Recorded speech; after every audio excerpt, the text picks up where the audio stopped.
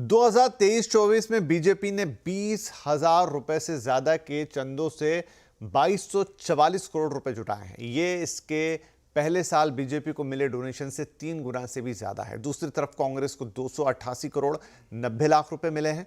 चुनाव आयोग की वेबसाइट के मुताबिक बीजेपी को प्रूडेंट इलेक्टोरल ट्रस्ट से 223 करोड़ रुपए का चंदा मिला है, जबकि इसी ट्रस्ट से कांग्रेस को 156 करोड़ रुपए मिले हैं। इस ट्रस्ट के बड़े दानकर्ताओं में मेगा इंजीनियरिंग, सीरम इंस्टीट्यूट, भारतीय एयरटेल और आर्सेलर मित्तल ग्रुप शामिल है। बीजेपी और कांग्रेस के इस चंदे में इलेक्टोरल बॉन्ड्स शामिल नहीं है। इनकी डिटेल पार्टियों की एनुअल रिपोर्ट में सामने आएगी, लेकिन कुछ पार्टियों ने इलेक्टोरल बॉन्ड से मिले चंदों की घोषणा भी कर दी है।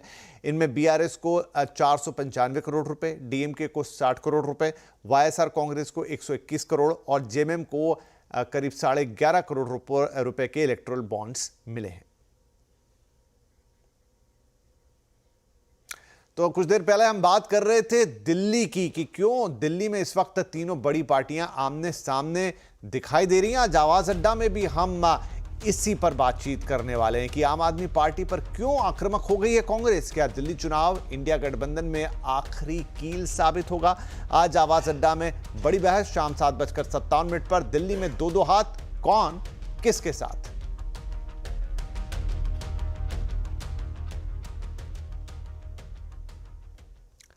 मशहूर उपन्यासकार सलमान रुश्दी की फेमस और controversial book the satanic versus पर भारत में से पाबंदी हटा ली गई है। लगभग 36 साल बाद इस बैन को हटाया गया है।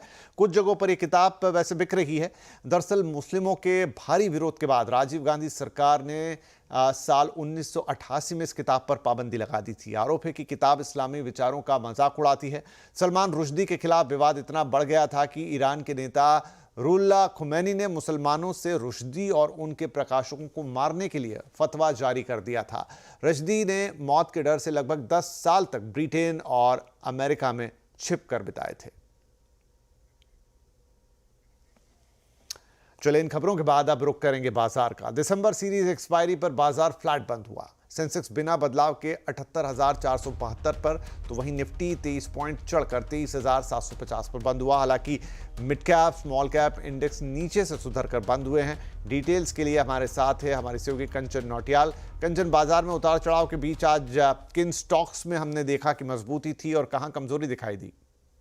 डेफिनेटली हम ये बोल सकते हैं कि आज का जो ट्रेडिंग सेशन रहा वो कहीं ना कहीं हमें चॉपी साइड पे देखने को मिला। अब देख लेते हैं कि स्टॉक स्पेसिफिक एक्शन किस तरीके का रहा। सबसे पहले निफ्टी गेनर की बात करी जाए तो अडानी पोर्ट्स करीबन 5.5% की बढ़त के साथ बंद हुआ है। इनफैक्ट महिंद्रा 2% की बढ़त की यहाँ पे देखने को मिली है। एसबीआई लाइफ 2% और मारुति सुजुकी में भी करीबन 2.25% का अपसाइड मोमेंटम देखा गया है। लूजिंग स्ट्रीक की सबसे पहले बात कर लेते हैं निफ्टी के। टाइटन में 1% की गिरावट, एशियन पेंट्स 1%, जेएसडब्ल्यू स्टील में भी करीबन 1% और साथ ही साथ टाटा कंज्यूमर भी लगभग 1% की गिरावट के साथ बंद हुआ है। मिड कैप एक्शन की तरफ नजर डाली जाए, गेनिंग स्ट्रीक में सीजी पार 4.25%, मैसगॉन में करीबन 2.25%, आईआरबी इंफ्रा 2.5% और वोल्टास भी करीबन 2% की बढ़त के साथ बंद हुआ है। लूजिंग पॉकेट में देखते हैं, पेज इंडस्ट्री का नाम आता है सबसे पहले। 3.5% की गिरावट, बंधन बैंक में 3%, टोरेंट पावर में 2.5% और एसबीआई कार्ड भी करीबन 2.5% की गिरावट के साथ बंद हुआ है।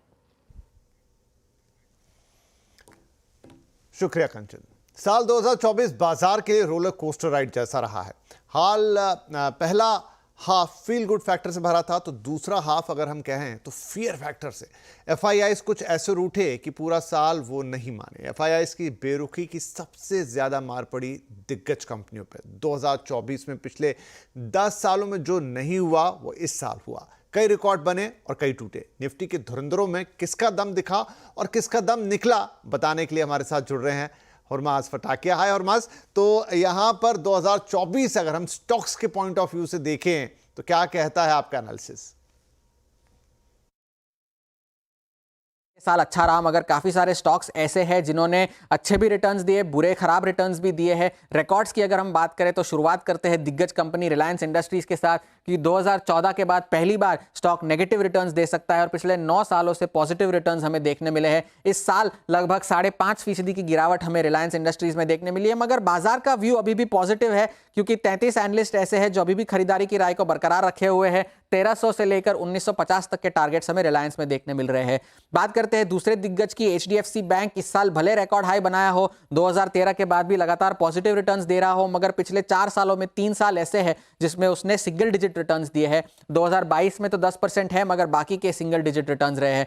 बाजार में अभी भी कोई ऐसा एनालिस्ट नहीं जो HDFC बैंक पर बिकवाली की राय रखता हो। 1500 से लेकर 2500 तक के टारगेट्स HDFC बैंक के लिए आ रहे हैं। FMCG एक ऐसा सेक्टर है जिसने निराश किया था और एशियन पेंट्स उसमें से टॉप अंडर परफॉर्मर रहा है और रिटर्न्स के लिहाज से सबसे खराब साल एशियन पेंट्स का रहा है। अब ये वो साल है जो 2010 के बाद उसमें एशियन पेंट्स ने नेगेटिव रिटर्न्स दिए हैं और बाजार में अब ज्यादातर एनालिस्ट एशियन पेंट्स पर बिकवाली की राय रख रहे हैं। 2000 से लेकर 3700 तक के टारगेट्स वहां देखने मिल रहे हैं। बात करते हैं दूसरी FMCG कंपनी की, हिंदुस्तान यूनिलीवर, जो कि 2004 के बाद का सबसे खराब प्रदर्शन रहा है। 12% की गिरावट हमें इस साल देखने मिली है और ये वो साल है जहां पर HUL ने नेगेटिव रिटर्न्स दिए हो। बाजार का व्यू अभी भी कंस्ट्रक्टिव है हिंदुस्तान यूनिलीवर को लेकर। 2000 से लेकर 3500 के टारगेट्स वहां देखने मिल रहे हैं। और FMCG की इस कड़ी को हम पूरा करते हैं नेस्ले के साथ, जो कि 2002 के बाद का सबसे खराब साल रहा है नेस्ले के लिए। लगभग 20% की गिरावट हमें इस स्टॉक में देखने मिली है और बाजार में अभी भी ज्यादातर एनालिस्ट ऐसे हैं जो खरीदारी और होल्ड करने की सलाह रखते हो नेस्ले पर। 2000 से लेकर 2800 या 2900 तक के टारगेट्स हमें नेस्ले में देखने मिल रहे हैं। बात करते हैं कुछ निफ्टी के विनर्स की और इसमें सबसे पहला नाम ट्रेंट का आता है और 2024 में निफ्टी का सबसे बेहतरीन स्टॉक रहा है ये, और टाटा ग्रुप का भी सबसे बड़ा वेल्थ क्रिएटर रहा है। पिछले साल स्टॉक डबल हुआ था, इस साल भी स्टॉक डबल हुआ है और बाजार की राय अभी भी कंस्ट्रक्टिव बनी हुई है ट्रेंड पर। और आखिरी नाम जो इसमें है वो है महिंद्रा एंड महिंद्रा। 2009 के बाद का सबसे बेहतरीन साल रहा है महिंद्रा एंड महिंद्रा के लिए और ये भी निफ्टी के टॉप परफॉर्मर्स में शामिल है। 2009 में ये स्टॉक लगभग 300% ऊपर गया था, इस साल 70% ऊपर गया है।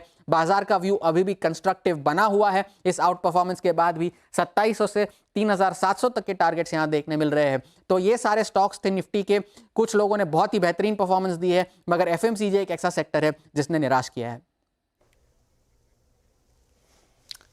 बजट से पहले बैठकों का दौर शुरू हो चुका है। वित्त मंत्री निर्मला सीतारमण ने आज ट्रेड और सर्विसेज सेक्टर के साथ एक बैठक की है। क्या रही सेक्टर की बजट से मांग, जानने के लिए इंडस्ट्री दिग्गजों से हम बात की है हमारे संवाददाता आलोक प्रियदर्शी ने।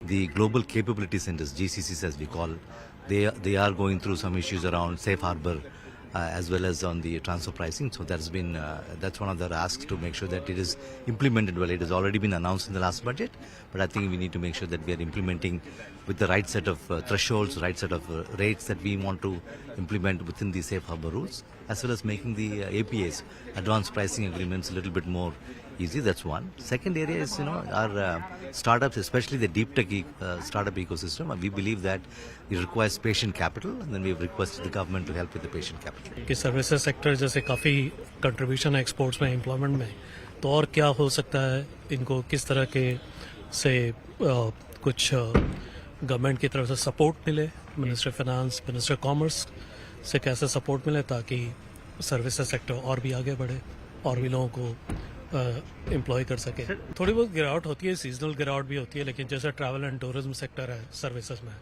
वो उसका बहुत पोटेंशियल है ग्रो करने का।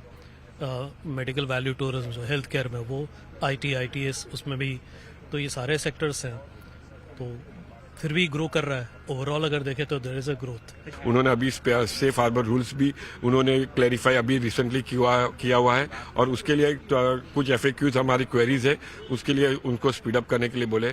दूसरा, जो गोल्ड ड्यूटी, जितना उन्होंने गोल्ड और प्रेशियस मेटल में जो ड्यूटी का स्लैश किया हुआ है, which is a very welcoming step. इससे हमारे क्षेत्र में lot of foreign direct investments आ रहे हैं। ज्वेलरी स्टोर्स ज़्यादा खुल रहे हैं। More than 3000 stores are expected to open up in next 2-3 साल में, जिससे ज़्यादा एम्प्लॉयमेंट भी क्रिएट होगा।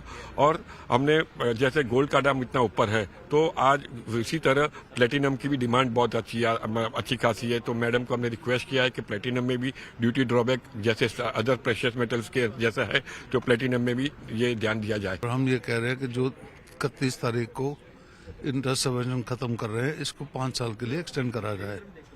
और दूसरा हमने ये कहा, क्योंकि अब जो ट्रम्प के आने से US में चेंजेस आएंगे, वो चाइना पे ड्यूटी लगाने की सोच रहे हैं। हम कुछ पहले ही तैयारी करनी चाहते हैं। हमने सरकार से ये कहा है कि 300-400 करोड़ का बजट हमें दिया जाए, ताकि हम अपने सारे प्रोडक्ट लेके वहाँ पे एग्जिबिट करें, हम वहाँ पे बायर B2B मीटिंग्स करें और हम सेमिनार्स करें कि तो इस वक्त देखिए हमें भी लग रहा है कि जितने भी बायर हैं, इम्पोर्टर हैं, वो इंडिया में आने को बहुत इच्छुक है।